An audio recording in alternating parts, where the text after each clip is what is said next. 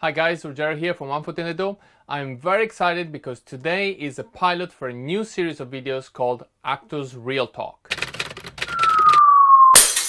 So in this series of videos, I will interview actors and filmmakers in general, so people, professionals who work in the industry, and we'll talk about the reality of what it means to making a living by working as an actor or as a filmmaker in general, okay? So away, let's say, from the glamour, away from the mysticism of the acting art or whatever, but what is the reality of actually being a working actor, okay? So to get us started, I have a great first interviewee for you guys, Niall Bishop, very good friend of mine. Hi Niall, how are you doing? Ruggero, how are you? And by the way, this is about the glamour, just so you know. But anyway, thanks. Yes, of course. So Niall and I have known each other for quite a long time now. Now, how long have we known each other for? Far too long, Raj. I'd say 5 or 6 years. Certainly since I came to London, we've been knocking about for sure. Absolutely, yeah. So now let's start. Let's start obviously with you. Can you please tell us a little bit about you? So how you got started in acting, and what are the most interesting projects that you've been involved with so far, please? Sure. So I came to acting late in life. It was a later vocation for me. So I wandered into an acting class in Dublin when I was 33. And struggled to wander out of it. And I guess I just was kind of caught the bug. I remember being in the classroom, and I think it was the first class that we did. And I remember something shifted or something dropped. I can't have difficult for me to explain now, but I'm sure anybody watching would have that same feeling. You just got a bit of a bug, or you just knew that things weren't going to be quite the same. So that was in, I think, 2013 when I wandered into that acting class in Dublin, and then I did another class and did as much as I could, to the point where in 2014 I quit the job I had in Dublin, quit my job, got rid of my car, got rid of the house I was in, everything, and then just moved to London lock, stock and barrel to become an actor. Wow, that's brave. Yeah, brave is one word for it. And I guess what I did then, I had a job over here, but I also enrolled in night classes in London as well. And then for probably the best part of 3 years, I was working by day and then either in an acting class at night or a rehearsal for a fringe theatre show. So it's kind of like a vampire, I was having this day existence and this night existence. So I did that pretty much solid for 3 years, and was beginning then towards the end of that to do some short film. I remember the first short film I did was with a bunch of students in Wales. It was called Pursued. I think it's on YouTube now. It's got a crazy amount of views. And that was just like so much fun, and I absolutely adored that. So I guess within those 3 years then I quit my job because I wanted to dedicate myself full time to it. And that was like unbelievably naive because you stop earning and you think, oh, I'm going to be a full-time actor. And then you realize, okay, living off toothpaste or beans is no crack. And then I kind of found other ways of making money and paying the rent without having to do a full-time job. So I could do bits of work and pick up work, but also mainly just do as many classes as I could and try and just dedicate myself in terms of more of my time to it. So that's kind of how I started. Fair enough. And what about later on? Obviously, you've been involved with some pretty big things. So tell us a little bit about that. Yeah, well, I guess, as I said, I just started doing a bit of short film, as many short films as I could. Like I said, yes to everything. And then I picked up a couple of TV jobs early on. But I suppose the biggest, or the thing that is most memorable that I was involved in was the final episode, the final season of Game of Thrones. The much maligned final episode of the final season of Game of Thrones.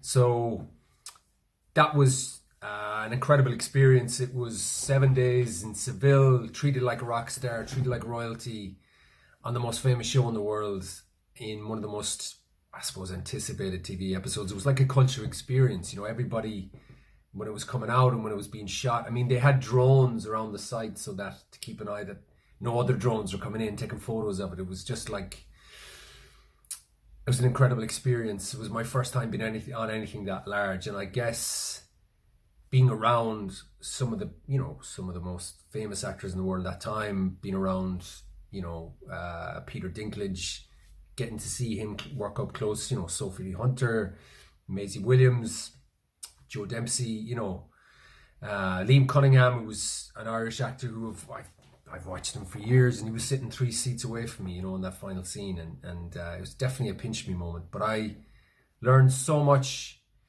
I got a front row seat to see how some of the best actors in the world, particularly Dinklage, to see him work up close. And because we spent, they did so much coverage for that final scene, which is that 12 minutes where they decide who's going to be king, and it's Bran the Broken. There's that whole speech about stories that he does. And I must have seen him do it a dozen times at least, from cameras being way out to, right in the close-up, and seeing how he shifted and evolved and adapted his performance was an absolute pleasure. And he's a gentleman, and great fun around the set, without, being distracting. And that was an incredible experience, yeah. I don't think you were a big fan of that episode, Roger. No. Well, I'm not a big fan of the last 2 seasons, really. Like, I do think it went downhill. But that's not what this is about. You're a purist, though. You're a bit of a purist, though, aren't you? Not necessarily. I just want the story to be good, and I don't care if it sticks to the original or not, but it needs to deliver, and I don't think it did. But again, let's not get into that now. Let's not get down that rabbit hole. Yeah. So, okay, next question. What is your approach to acting? So what I mean is, what kind of sort of exercises or methods do you find most helpful for you? Like, for example, are you more of an inside out kind of actor, outside in, or just in general, what is your method? What's my method? I guess I'm still figuring it out, if I'm to be absolutely honest, because I still consider myself a rookie. I'm still learning my trade. If I was a plumber, my father was a welder, I'd still be, still kind of learning my trade. I wouldn't be, as a craftsman, you wouldn't be considered like, you wouldn't be let near the big jobs, because you're still figuring it out. So, and that's part of the fun. So, in terms of what my method is, I couldn't give it to you, Ruggero. I wouldn't be able to write it down on a stamp. But I guess for me, having started off in theatre and absolutely adoring theatre, and just living and breathing theatre my first couple of years over here, because I didn't really engage theatre much when I was in Ireland. Growing up in Ireland, Ireland's a huge, rich history in terms of theatre, but I didn't really engage much of it, and I was just too busy playing sport or whatever. But so for me, coming from theatre and then going to screen and trying to understand that they're two very different things. It's like playing five-a-side and playing, full Champions League final. They're very, very different things. And it took me a while. And you and I have had discussions about that. And, and I remember my first couple of showreel scenes that you very carefully guided me through. I guess now that I feel a lot more comfortable in front of camera now, because I practice a lot more, in my daily life, I try to put myself on screen every day, do a practice self-tape. I've been involved with Manuel Puro's Acting Habit probably for 4 years now. That's a great community where there's self-tape comes out and you just upload it. So seeing yourself on camera, seeing what other people do and the good things they do and the not so good things, that's how you kind of learn. I guess, to give you a short answer, what I try to do at the moment in terms of my method is to keep it as simple as possible and as clear as possible. So what I mean by that is, whatever job I'm doing, if that's two-liner, if that's #honesty, which I'm sure we'll talk about the project you and I were working on together, that's a different beast. There's a lot more scenes. I'm involved in a lot more scenes than that. But the common theme between both is to try and keep it really simple. Do the work beforehand, so be down on the lines.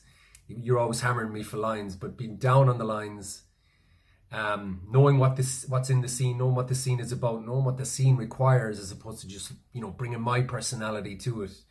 And being at service of the scene and the story, and being available to your other cast members, and being as available as possible and as loose as possible on the day, so you can respond to whatever's happening. So, for example, you might have thought in your head, this is going to be really good, or that might happen, and then on the day it's completely different.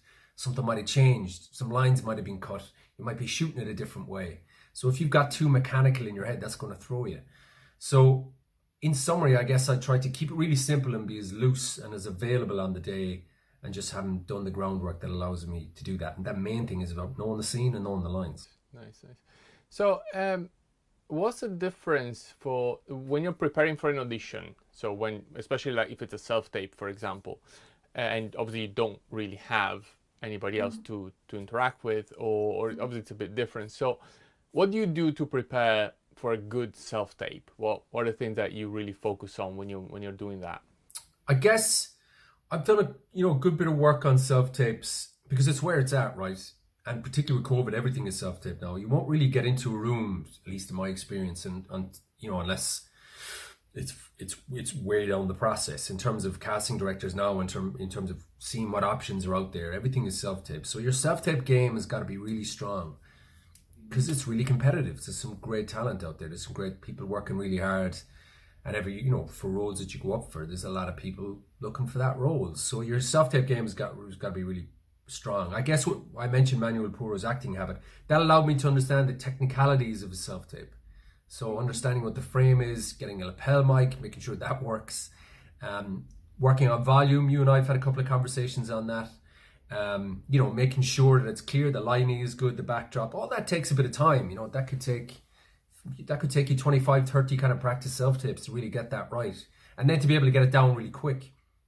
Then I would say the second thing that I've learned, and again, I've done some, as I might have mentioned, done some work with Michael in Mixing Networks, is really just pushing the performance. So once you have the technical piece down, what's really important in a self-tape or an audition is the performance.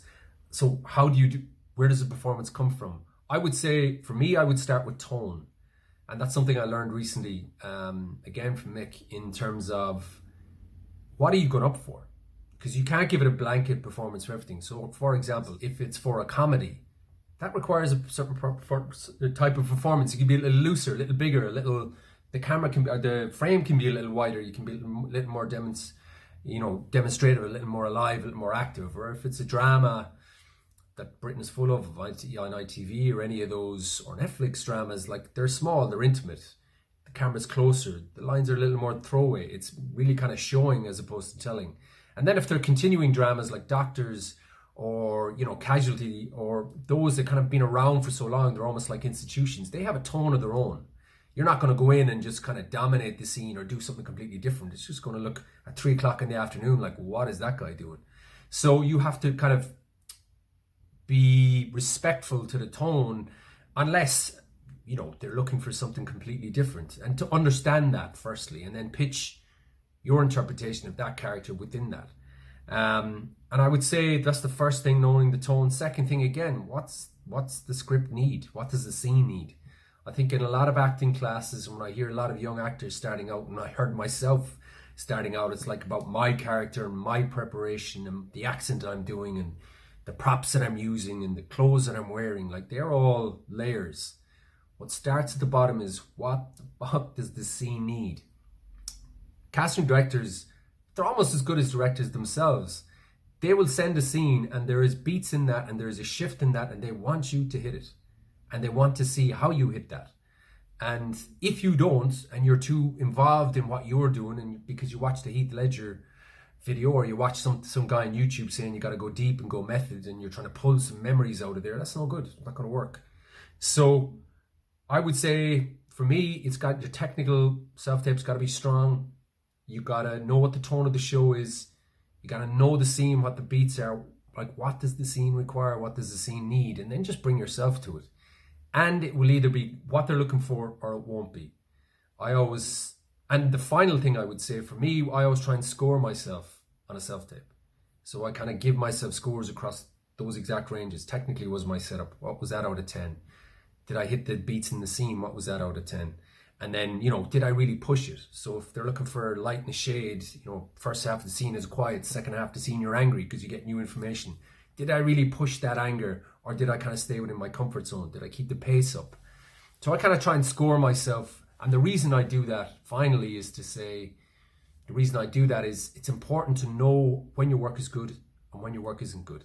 Because you could put a really strong self-tape and still not get the part. Because there are a variety of reasons and there are a variety of variables that go into choosing someone for a casting. You might apply for a part, you might put in a self-audition, and in the 3 weeks or 4 weeks or a month or 2 months that you don't hear about it, that character is completely changed. The episode's being rewritten. Instead of having 5 scenes, you have 2 scenes, but the 2 scenes are really strong. Like I got a recall for a self-tape I did 3 months ago. So, and it's completely changed. The characters, they want something different. So they're saying, right, give us this now. So I think finally what I'd say is really, really important is in this game, you can get really disheartened, or you can kind of like tell me if I'm good. Tell me if that tape was good. You want a director, a casting director, or your mates to say, God, that's really strong. You should know that. And you'll only know that by putting yourself on screen and testing those boundaries. What's too big, what's too small. And that takes time, that takes effort, and that takes consistent compounding effort. You know, I would say, and to wrap up the question, Raj, what I would say, you know, I would try and do a self-tape every day. It doesn't happen, but I would do 4 to 5 minimum a week. I would say since I started doing that, probably around self-tape 200, I saw something shift. That I was kind of able to see, okay, I'm kind of staying within a range here. I need to push that. And you would have spoken to me about that, and we can maybe reference #honesty, where there was times where you always say to me, there's more, like you know, push that more. You need, that scene needs more. You're not giving it enough because you're worried about not being big enough or being too big. So I would say it was probably around self-tape 200. I started thinking, you know, I think I'm getting the hang of this here. And I actually can look at a tape of my own and be critical without fleecing myself to know whether I actually hit those beats or not. Sometimes you do and sometimes you don't, and that's part of the game. Well, thank you very much. That was really good. I'm really happy that you mentioned the number of self-tapes that you've done, and that I think everybody has to do. Like, I personally find a lot of time when people think that they want to be actors, they don't realize the amount of work that goes into this. And the amount of dedication, and you know, and the realness of this. Well, you mentioned the fact that very often as actors we tend to be too self-involved, because you are your tool that you use. So of course you have to be a little bit self-involved in a way. But it's a game of balancing that with objectivity, with trying to figure out what actually works or not. That's it for our first half of the interview. The next half will be next week, and we'll get a lot more in detail about the reality of preparing a role, working on a character, working on set. So lots of useful tips that I think you guys will find very, very interesting. All right. As always, please do let me know in the comments below what you think. As I said, this is a pilot, so I am very curious to see how it's received. So if you enjoy it, please do leave a comment down below. And share it with your friends. Let them know about this, okay? So next week for the other half of the interview. Bye-bye.